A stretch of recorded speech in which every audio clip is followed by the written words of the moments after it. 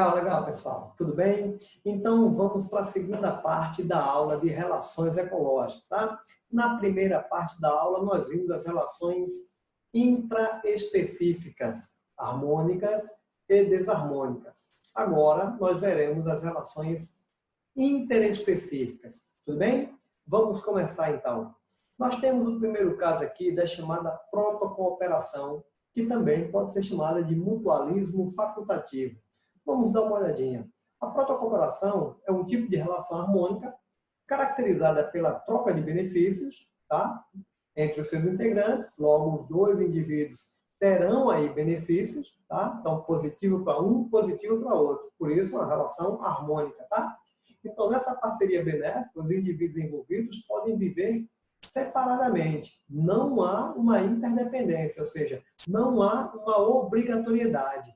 Por isso, a protocooperação também pode ser chamada de mutualismo facultativo, né? Facultativo porque não é obrigatório eles estarem juntos, né? Vivendo juntos. Vamos para alguns exemplos clássicos aqui de protocooperação, tá? Então, o primeiro exemplo que nós temos aí é do pássaro palito e o crocodilo, tá? Então, o crocodilo do Nilo, né?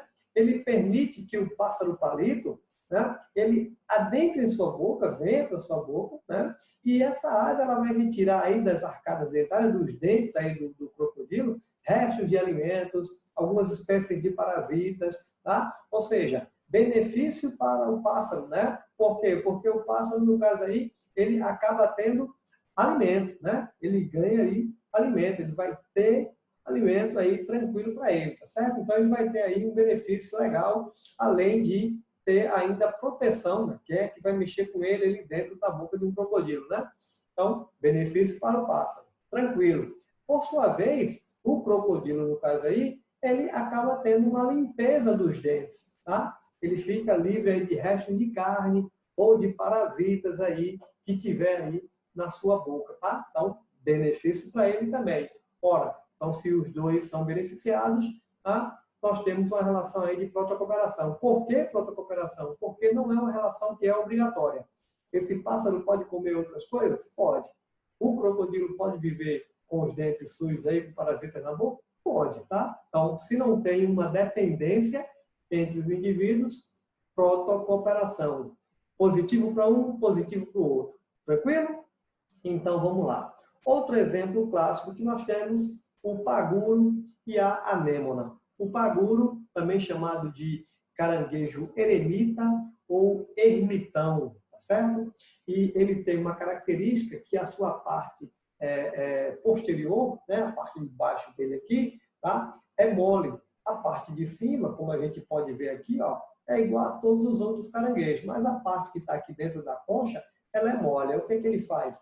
Ele pega uma concha de um molusco, tá? Um molusco que já morreu aí, um gastrópode qualquer, ele vai e entra, usa essa concha como forma de proteção para o seu abdômen aí, tá? Que ele é desprovido dessa carapaça, né? Desprovido aqui de toda essa estrutura que ele tem, tá? E aumentando aí, no caso, a sua proteção, ele vai, pega uma anêmona e coloca em cima da sua concha, tá? E essa anêmonazinha aí, no caso, ela tem células urticantes, tá? Então, acaba aumentando a proteção do paguro, beleza?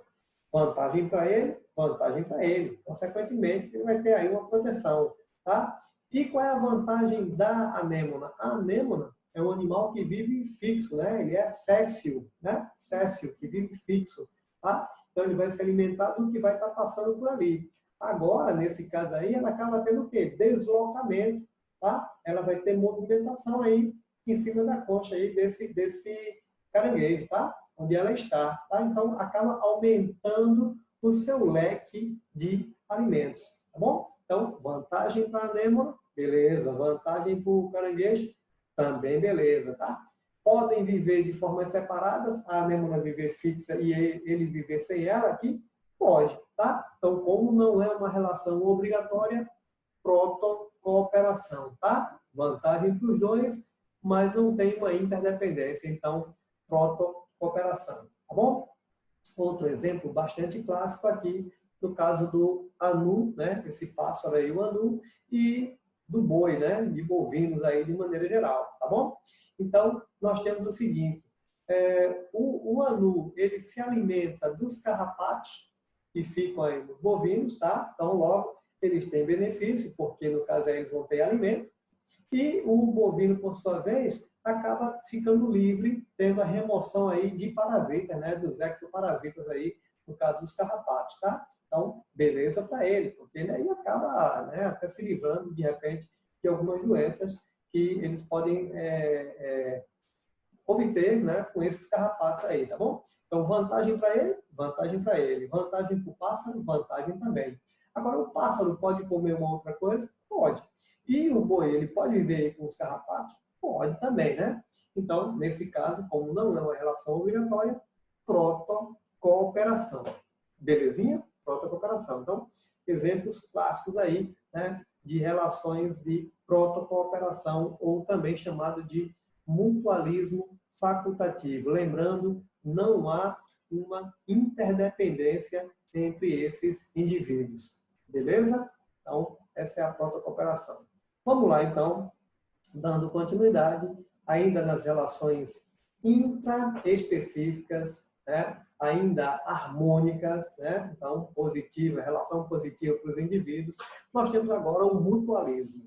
Então, quando falarmos somente mutualismo, já vai dizer que é uma relação que é obrigatória. Troca de benefícios, os dois indivíduos se beneficiam, e uma relação obrigatória, a não ser que a gente fale mutualismo facultativo. Opa, então não é obrigatório, é facultativo, tá? Que a gente chamou na relação anterior de protocooperação, tá? É um termo bastante utilizado, protocooperação, mas a gente ainda pode encontrar, sim, o mutualismo facultativo. Agora, quando vier somente mutualismo, então, relação harmônica, positivo para os dois, né? Caracterizada pela troca de benefícios, né, entre os seus integrantes, que leva a uma interdependência, ou seja, é algo que é obrigatório. Um depende do outro para sobreviver. Tranquilo? Vamos para os exemplos. Então, temos os líquens, tá? Exemplo aí de algas e fungos, né? Os líquens, galera, muito comuns aí em rochas, em troncos úmidos, né? São associações aí entre as algas e os fungos. As algas fazem fotossíntese e parte da matéria orgânica produzida pelas algas é absorvida pelos fungos, tá? Show de bola! Os fungos, por sua vez, fornecem para as algas sais minerais, água, né? Umidade, e acaba sendo proteção também, tá? Então, nós temos aqui benefício mútuo para os dois, tá? Beleza, então, mutualismo. Galerinha, os líquens, né, são essas manchas aqui, esbranquiçadas, um pouco esverdeadas, tá? Bastante comum aí nos caules das árvores, tá? Principalmente. Então, em lugares com muita poluição do ar, há pouca presença de líquens, tá? Logo, eles são chamados de bioindicadores de poluição. São bioindicadores. Agora, se você passa num local que as árvores têm líquens, significa que aquele ar, o atmosférico, ele não é muito poluído, né? Não é poluído, tá? Porque senão, se fosse bastante poluído ali, os líquens não estariam presentes, tá? Então, eles são bioindicadores, tranquilo? Algas e fungos formando aí os líquens, uma associação mutualística, tranquilão? Outro exemplo clássico aí, cupim e protozoários, né? Os cupins apresentam micro-organismos no intestino, né? Tais como bactérias e principalmente, no caso aqui, protozoários flagelados, denominados de triconinfas. São esses carinhas aqui, ó, as triconinfas, tá? Que realizam a digestão da madeira. A madeira é rica em celulose, né? É um carboidratozinho. Então, o cupim, basicamente, se alimentando de madeira, que é rica em celulose, tá? Ele não consegue digerir essa celulose. Quem é que faz esse processo para ele? As triconíferas, né? Os protozoários, tá? Então, aminoácidos e sais minerais, dentre outros produtos, são obtidos com a digestão da celulose, tá? Então, o intestino do cupim, por outro lado, fornece um ambiente anaeróbio, né, favorável para o desenvolvimento desses micro-organismos. Então, vamos lá, né? O cupim fornece aí proteção, né, para os protozoários, né, para as triconíferas, tudo bem? Então, elas têm benefícios, claro, e as triconíferas fornecem aí, fazem a digestão da celulose para os... então eles também ganham. Opa, ganho para os dois, né?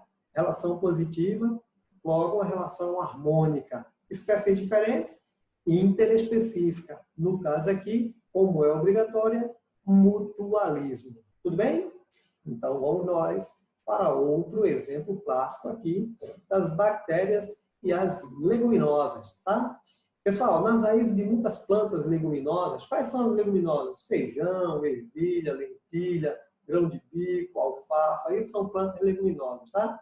Então, vamos ter aí nas suas raízes, né, umas estruturas chamadas de nódulos, tá? Nódulos que são formadas aí pelas bactérias e as raízes dessas leguminosas, tudo bem? Então, no interior desses nódulos tem bactérias fixadoras de nitrogênio, principalmente uma bactéria do gênero Rhizobium, né? Do Rhizobium, tudo bem? Essas bactérias convertem nitrogênio atmosférico em amônia, né? Sal mineral, que é absorvido pela planta, tá? Então, uma pequena parte da matéria orgânica produzida durante a fotossíntese, né, da planta é absorvida por essas bactérias. Então, a leguminosa, né, vai fornecer aí proteção e alimento para as bactérias, né, Rhizóbio, que ganham, tem benefício, e os Rhizóbios, por sua vez, vai fornecer aí amônia, que vai lá ajudar na formação lá dos aminoácidos, das proteínas, tá, das leguminosas, que, então, no caso das leguminosas também, ganham, nesse caso aí, uma relação que é benéfica para os dois, tá? Logo, uma relação de mutualismo. Tranquilo, então? Beleza, então vamos para mais uma relação interespecífica harmônica, no caso aqui o comensalismo, tá? Então, nesse caso aqui, temos uma espécie que se alimenta de restos alimentares deixados por outra espécie, tá? Sendo essa última, né, nem é prejudicada e nem é beneficiada, tá? Então, geralmente, o comensalismo vai estar relacionado a isso. Uma espécie se alimentando de restos alimentares de outra, tá? É claro que, às vezes, dependendo da questão, a gente tem uma certa interpretação aí de que a gente pode colocar uma relação como sendo um comensalismo e que não seja obrigatoriamente aí uma espécie alimentando de restos de outra. Na maioria das vezes, sim, mas nem sempre isso vai acontecer, tá? Então, como é que a gente vai ter que fazer essa leitura? Bem, muitas das vezes, o indivíduo vai ter um benefício e a outra espécie, no caso aí, ela nem é beneficiada e ela nem é prejudicada, tá? Então, vamos para um exemplo clássico aqui. Então, peixes conhecidos como rêmoras, tá? Equinesias naucrates, né? Apresentam ventosas aí na maior parte dorsal da cabeça. Está aqui a ventosazinha, ó. Essa ventosa serve para ela se fixar aqui no ventre, né, do tubarão, ó, tá? Então, ela prende o corpo do tubarão aí. Então, as rêmoras alimentam-se de pedaços que se desprendem das presas atacadas pelo tubarão. O tubarão tem a boca ventral, né? Então, geralmente, ele vem de lado lá, abocanha, e aí cai pedaços de carne ali, né, da presa que ele pegou, e aí os pedaços de carne, as rêmoras vão comendo. Tem um outro peixinho também, que não é como a rêmora, que fica aí, no caso, fixada no tubarão, mas que vai acompanhando ele ali, que é o chamado peixe piloto, tá? Também faz o mesmo processo. Um outro exemplo bastante clássico que a gente tem também, no caso de comensalismo, é entre leões e hienas, né? Quando os leões vão caçar e as hienas ficam ali à espreita, né? Esperando eles terminarem ali, na maioria das vezes, e vai lá se alimentar dos restos que os leões deixaram lá. Tudo bem? Então, são exemplos aí de comensalismo. Tranquilo? Certo. Mais um exemplo, então, no caso de relações interespecíficas, harmônicas, não é isso, pessoal? O inquilinismo, tá? Então, um tipo de relação harmônica em que uma espécie é beneficiada a partir de outra, que não é prejudicada nem beneficiada, tá? Então, o mesmo esqueminha lá do comensalismo. Uma é beneficiada, mas a outra nem tem prejuízo e nem tem benefício, tá? É indiferente para ela e a gente representa com um símbolozinho zero, né? Um zerozinho ali que nem tem benefício nem prejuízo, tá bom? Então, geralmente, você vai ter aqui, ó, como exemplo, esse peixinho aqui, o peixe agulha, né? Ou fierácea, né? Que é o seu gênero, tá? Ele abriga-se no interior aqui do pepino do mar, ó, tá? É o equinodermo, ó, ele vem para dentro do pepino do mar para se proteger contra aí os predadores, tá? Então, esse rapaz é o inquilino. Ele tem benefício, porque ele tem proteção. O pepino do mar nem tem benefício e nem tem prejuízo, ele não é prejudicado por causa disso, tá bom? Então, a relação é indiferente para ele, tá? Nesse caso aqui, inquilinismo. Isso pode acontecer também com plantas, tá? Então, plantas epífitas, que vivem sobre outras, né? Fitas, né, de plantas vegetais que vivem sobre outras, tá? Então, exemplo de bromélias, né, e orquídeas, que utilizam os troncos ou galhos de árvores como suporte, tá? Então, geralmente, elas vão estar em posições mais altas. Por exemplo, é muito comum aí na Amazônia, tá? Então, que tem bastante epífitas. E aí elas vão ter que ficar como uma floresta muito sombreada, tá? Então elas procuram ficar sempre em árvores mais altas, que é para estar podendo pegar luz, porque elas não são parasitas, tá? Elas só vivem sobre outras plantas, tá? Vão fazer fotossíntese, então elas têm que estar em posições ali mais privilegiadas para captar luz do sol, para poder fazer fotossíntese, tá bom? É uma forma também de inquilinismo, que geralmente nos vegetais nós chamamos de epifitismo, tá? Epifitismo. Ô, Wendel, mas não posso chamar inquilinismo mesmo no reino vegetal? Pode, não tem problema nenhum, tá? Pode ser inquilinismo, tá? Mas se vier, no caso, o termo epifitismo, você sabe que está se tratando aí dos vegetais. Tudo bem, então, pessoal? Então, vamos dar uma olhadinha aqui em mais uma relação interespecífica, né? Interespecífica, tá? Nesse caso aqui, pessoal, predatismo. Opa! Então, também chamado de predação, ok? Trata-se de uma relação desarmônica. Nós vimos aí as harmônicas e agora vamos ver desarmônicas, tá? Então, uma espécie, no caso, o predador, mata e se alimenta do corpo de outra espécie, no caso aí, a presa. Tudo bem? Pessoal, o predatismo ele pode ser representado por meio de um gráfico aí que mostra a variação do número de predadores e do número de presas em função do tempo, tá? Então, tomamos como exemplo aí o caso do lince, né, que é esse felinozinho aqui, predador, né, e da lebre aqui, que é, no caso, a presa, tá? Então, quando a população de lebres cresce, ó, a população de lince também cresce. Mas quando a população de lebre diminui, ó, a população de lince também diminui, tá? Ou seja, fica num ciclo, ó. Tá vendo aí? Fica num ciclo. Então, a população de lebres, né, ela vai estar aí regulando a população do lince, assim como a população de lince regula a população de lebre, tá? Então, é uma dependência que tem aí, uma população controla o crescimento da outra reciprocamente, tá? Ao longo do tempo, tá certo? Esse fenômenozinho aqui é conhecido como flutuações, tá certo? E a gente utiliza muito ele, por quê? Porque a predação é um fator muito importante no caso lá da dinâmica populacional, para você manter um número de indivíduos ali equilibrado, tá?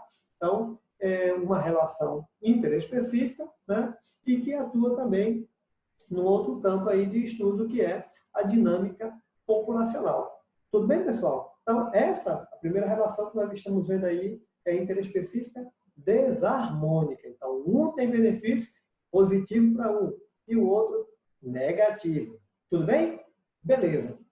Vou encerrar essa parte por aqui e a gente continua numa terceira parte aí para concluirmos as relações interespecíficas. Tudo bem?